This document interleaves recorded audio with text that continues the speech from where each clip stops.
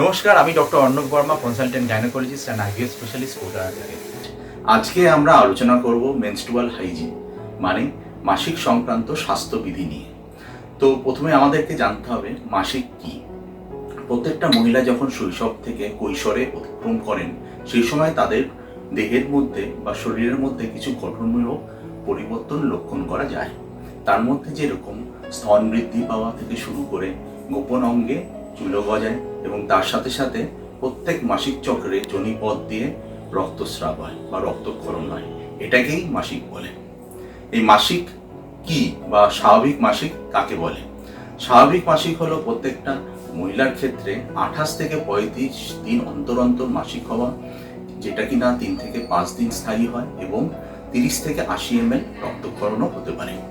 এর থেকে যদি বেশি বা কম হয় আপনার নিকটবর্তী ডাক্তারবাবুর সাথে সম্পর্ক বা আলোচনা করুন। নেক্সট যে প্রশ্নটি আসে, এই মাসিকের সিমটম কি কি? এই মাসিকের সিমটম হলো কিছু কিছু ক্ষেত্রে জাস্ট পিরিয়ডটা বা মাসিকটা শুরু হওয়ার আগে হালকা তলপেটে ব্যথাও হতে পারে, তার সাথে মাঝে মাঝে গা গোলানো, বমি বমি ভাব, আর কিছু কিছু ক্ষেত্রে দুর্বলতার জন্য অনেক সময় মাথা ঘোরাও হতে পারে এবং কিছু কিছু মহিলার ক্ষেত্রে অনেক সময় স্তনে ব্যথাও হতে পারে। নেক্সট যে প্রশ্নটা আসে স্বাভাবিক, সেটা হচ্ছে যে এই মাসিক সংক্রান্ত মিথগুলো কি কি।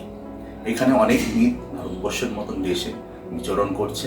যেরকম মাসিক হলে মেয়েদের একটি ঘরের মধ্যে আটকে রাখা হয়, তাদেরকে মাটিতে শুতে বলা হয়, কোনো বাড়ির আসবাবপত্র হাত দিতে বা টাচ করতে বারণ করা হয়, ইভেন পুজো করতেও বারণ করা হয়।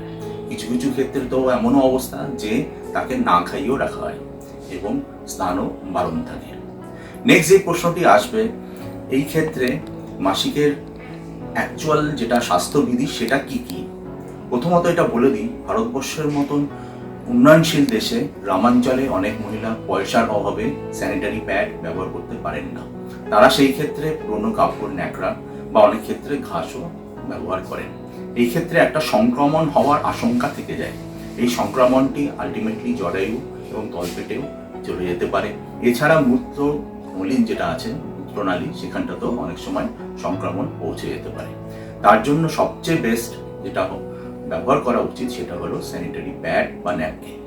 অনেক সময় আমরা এটাও দেখেছি শহরাঞ্চলে অনেক মহিলা ট্যাম্পুন বা মেনস্ট্রুয়াল কাপও ব্যবহার করেন। এই মেনস্ট্রুয়াল কাপ যদি সঠিক উপায়ে ব্যবহার করা যায় এবং সঠিক পদ্ধতিতে পরিষ্কার রাখা যায়, এটাই আপনার সবচেয়ে সস্তার মাসিক সামগ্রী হতে পারে। নেক্সট যেটা আসবো, আর কি কি আচরণবিধি পালন করা উচিত।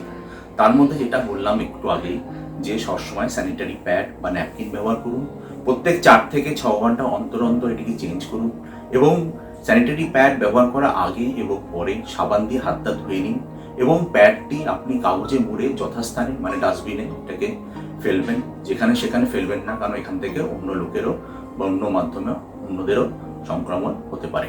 এছাড়াও আপনাকে দুর্বলতার জন্য আগেও বলেছি ফল, সবুজ শাকসবজি, মাছ, মাংস, ডিম এবং দুধ খাওয়া বাঞ্ছনীয়, বিশেষ করে মাসিকের সময়। এবং অবশ্যই আপনি নিয়মিত স্নান করুন মাসিকের সময় এবং মাসিকের জায়গাটা নর্মাল জল দিয়ে পরিষ্কার রাখুন। খুব একটা সাবান ওই জায়গায় ব্যবহার না করাই ভালো, তাতে কিনা ভালো ব্যাকটেরিয়াগুলো অনেক সময় নষ্ট হয়ে যেতে পারে। এছাড়াও আপনি সতর্ক থাকুন এবং সুস্থ থাকুন, এই কামনা করি। আজকের জন্য এইটুকু।